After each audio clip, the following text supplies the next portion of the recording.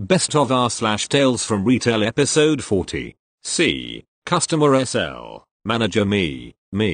Backstory. I don't drive, and so when I show up at my workplace I normally stay there until it's time for me to clock in, unless I have to go back home. Today I got a new tablet shipped to the store and went on early to get it set up. I got a text from my brother asking if his package arrived at home.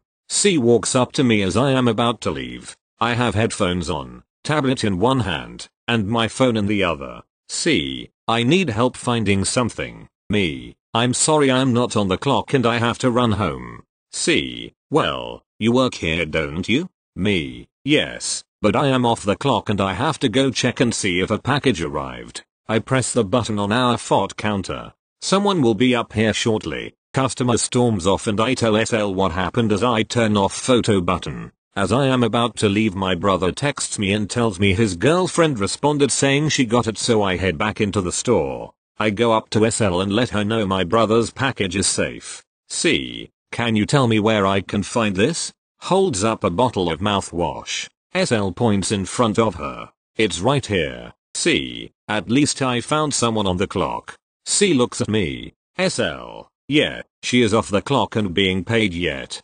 C. Well, then she should stay the hell away from here. Customer comes up to me and growls at me like a dog. I go off and tell my store manager in case a bad review results from it, and he tells me there is nothing he can do. I am now hiding in our break room to avoid being growled at again. Thank you. Next. To break away from the negative stories. This happened to me yesterday. It was a surprisingly slow day at work and I was straightening the store. There was this dad with his two girls, twins I believe. The dad was keeping them from touching anything breakable, which is a joy to see since many parents let their kids run around and things get broken easily. Anyway, as I am fixing up clothing to look nice, one of the little girls is walking towards me pointing. I smile and tell her, hi, I like your shirt. Her shirt has a slice of bread on it with a face with PB&J spread on it. There was some cutesy thing about sisters on it, but I don't remember the wording. Next thing I know, her sister runs up and points to her shirt, the same one as her twin.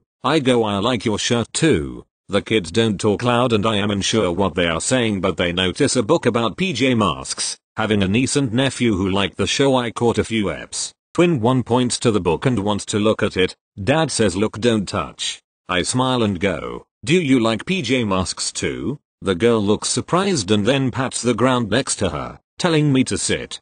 Twin 2 then points to a picture of otters and one of llamas and I tell her what they are. I smile and then Twin 2 grabs my hand and gets me to explain more stuff. I go get up, but the twins want me to sit next to them, so they pat the ground, grab my hand and I sit. I chat for a few more seconds before Dad says she has to work, and I say the same. Twin 2 then takes me hand and leads me to the registers, basically letting me get back to work now. Too cute, and probably one of the nicest interactions I've had in a while from non-regular customers. Thank you. Next. So mandatory this is on phone, so formatting might be weird. This happened a couple of years ago, but in all my years of retail, this is still the most random customer ever. I used to work in a sportswear store that mostly sold shoes. In comes this lady, mid-20s, all by herself. I greet her with a smile and she smiles back politely. She starts looking at the shoes and I let her know that if she needs anything I'm there to help. After about 15 minutes she comes back with a shoe and asks me the weirdest question ever. This is how this convo went. Lady, hey sir, I saw this shoe and wondered if it will fit my brother. Would you happen to know? Me, looks at her and notices that she is the only a few other customers in the store. What is your brother's size? Lady, I don't know. Me, looks at her confused. Well, is he here so he can try them on? Lady, no, he isn't here. Me, yeah, I think it would be better if he were here, so he can try them on. I wouldn't know if it will fit him as I don't know his size or him in general. Lady, alright, thanks, bye. I go to my colleague and tell him this story and he is as weirded out as I am, lol. TL. Doctor, lady came in the store on her own and asked if a certain shoe would fit her brother without her brother being present or knowing his size. Thank you. Next.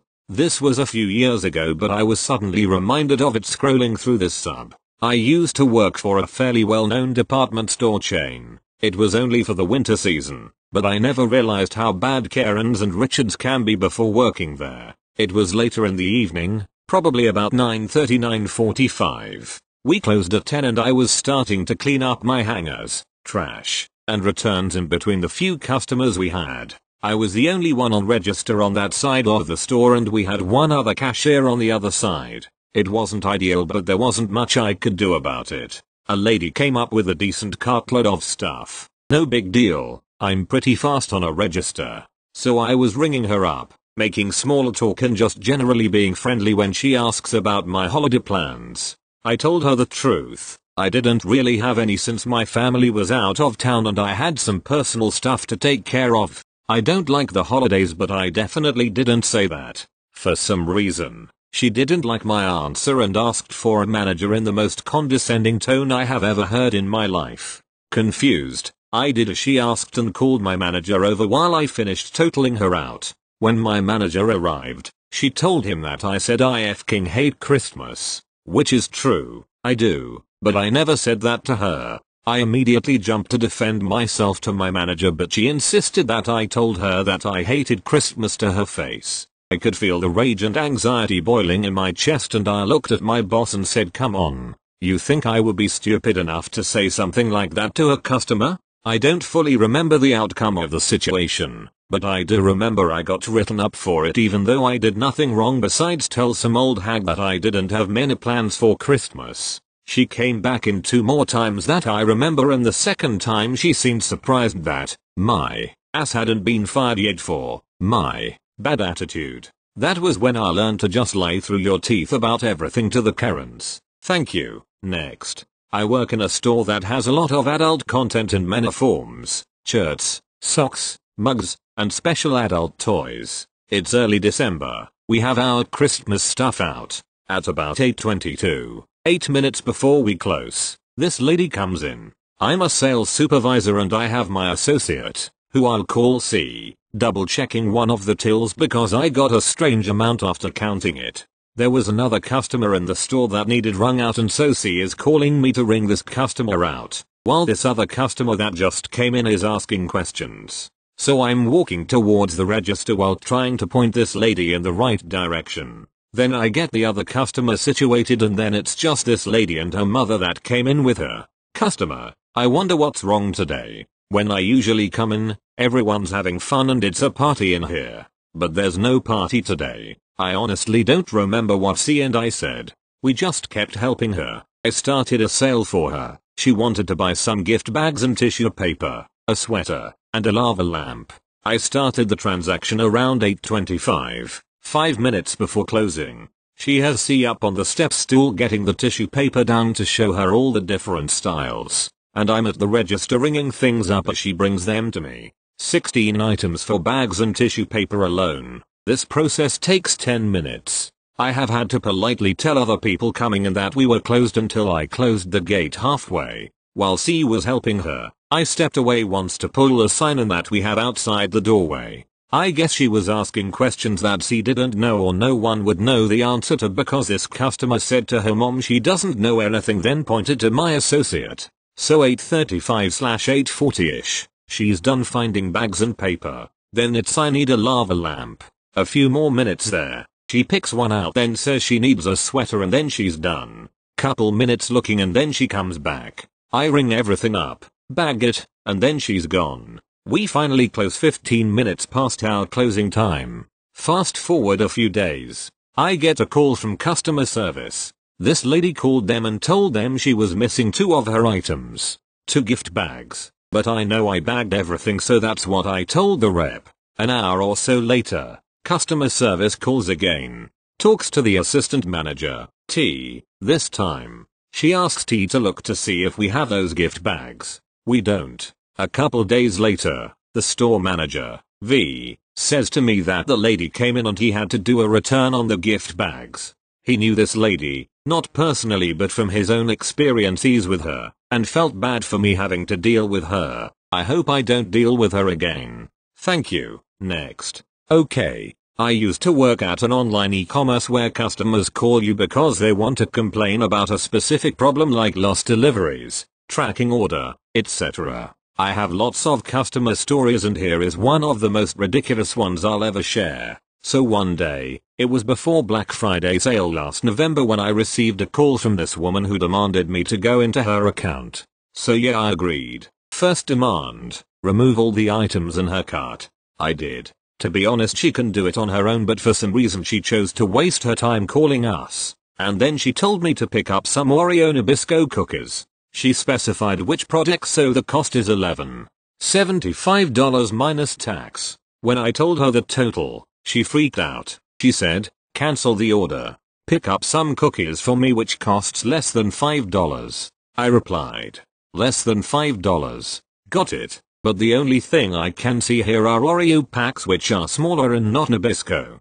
She contemplated for a moment, then she agreed. The total came in for $4.25 plus tax, which is $11.95. She freaked out once again once I told her the total. For the sake of easy understanding, I'll call demanding customer as DC and me as M. DC, I told you that my total should be less than $5. Why is it $11.95? M. The total of your order comes in as $4.25 plus tax, which costs $11.95. DC, your website says free delivery. Why is it that there's tax on my order? M. Free delivery is only available for orders above $15. As your order is only $4.25, there is tax. She stopped for a moment, then proceeded with the checkout. She has a promo code and when I entered it, it was expired. I told her that. There was a pause on the line. DC, okay, give me a promo code. M. Mom, as much I would love to, company policy states that we can't give out promo codes. Promo codes are only issued once per order. At this point, I'm already so annoyed and angry. The call was already around 28 minutes at this point. When I checked her account, there were various complaints. There were her ridiculous demands which previous representatives gave her promo codes, and there was a gift card issued by a supervisor when she demanded it. DC, fine. I have here a gift card. I muted my mic and sighed. Here we go again. So I just agreed. She gave me her gift card number and when I entered it, it has zero balance. I told her that her gift card is at zero. DC, what? There's no way it has zero balance. I'm already clenching my fists in anger. But still, I managed to keep my composure. Please, just check your cards to make sure you're not wasting our time and you're not wasting yours. M. But this is what I see here on my screen. It has zero balance. Do you have another alternate mode of payment on this one? DC, I don't. My debit card only has $5 in it. I want you to remove the delivery fee on it. I placed her on hold. At this point, I'm so tired of dealing with her. Then after 2 minutes of composing myself, taking in deep breath, released the hold. In the sweetest customer service voice, I said, M. Thank you for patiently waiting in line, ma'am. I'm in your account and there's no option for me to remove the delivery fee. Note, you cannot remove any fees while inside a customer's account when you spoofed it, as I'm in the e-commerce website and not in our system. The customer must place first the order before I remove the delivery fee. DC, no, number, do something. I really need those cookies. Either you give me a promo code, a gift card, or remove the delivery fee. M. Mom, do you have any other alternate modes of payment? DC, no, I only have the gift card and the debit card. The debit card has only $5 and my gift card should have some money left in it. It's impossible to be zero. At this point, I'm like tired and stressed. We have AHT, which means average handle time. My supervisor has been screaming at me to handle my time, but the customer won't let me off the line, so here's what I did. M. Mom, I have first to place your order to remove the delivery fee. I know I cannot place said order because debit card has only $5. I know it's stupid, but that is the only way to end the call. DC, my debit card has only $5. M. I understand. But don't worry, the delivery fee will be removed once we place said order on your debit card. DC, okay fine. It was a gamble on my part. I know it's stupid, but she totally believed it. Guess what? Debit card is beyond its limit. Payment transaction failed. M. I apologize, but your payment transaction cannot be processed. Your debit card doesn't have sufficient funds to place this particular order. DC, do something. I need those cookies. M. One moment. Look, there's nothing I can do. It's your fault you don't have money, then you call us wasting your time. I just said one moment, then typed something. I just put my mic near the keyboard while I typed to make it sound like I was doing something for her. I wasn't talking, just the sound of my fingers hitting up random letters. I never talked, just typed nonsense. Until she just gave up listening to the sounds of my keys. DC, you know what? Never mind. She hanged up. The call ended at 42:01 minutes. She wasted our time and she wasted hers. It was my worst customer that day. I hate her. Edit. To those who were asking about tax and shipping or delivery fee, the website just summarized all as tax for no reason.